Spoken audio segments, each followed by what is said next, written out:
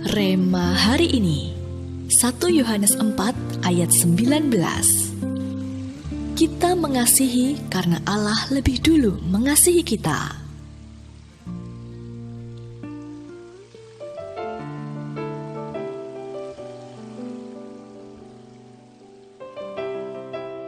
Tak lama setelah kematian Yosua, bangsa Israel meninggalkan Tuhan, berpaling darinya dan mengikuti Allah lain. Karena itulah Tuhan menyerahkan mereka ke dalam tangan perampok dan menjual mereka kepada musuh di sekeliling mereka, sehingga mereka tidak sanggup lagi menghadapi musuh mereka.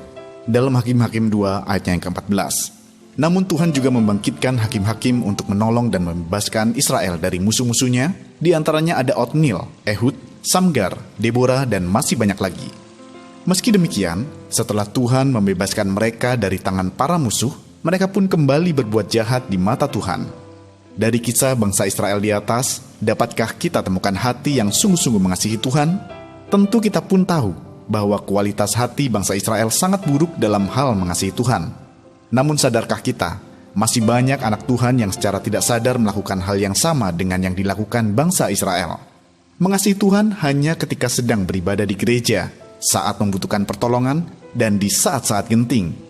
Ketika semua keadaan baik-baik saja atau sedang banyak deadline pekerjaan, kesibukan pelayanan, maka hati yang mengasihi Tuhan dan merindukan Tuhan itu seolah-olah hilang. Begitu mudah kita mengatakan, aku mengasihi Tuhan, tetapi sesungguhnya hati kita tidak lagi merasakan cinta kepadanya.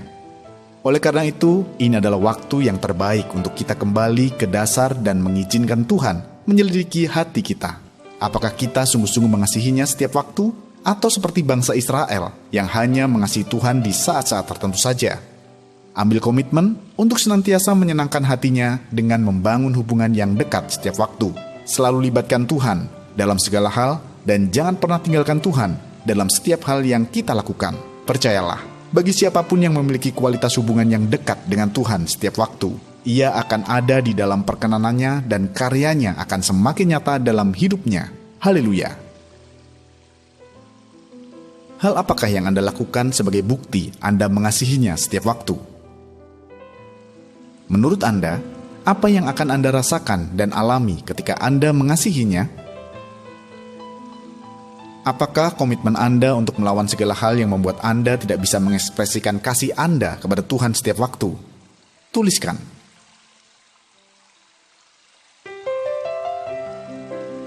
Roh Kudus, terima kasih atas kasih-Mu yang telah terlebih dahulu mengasihi kami.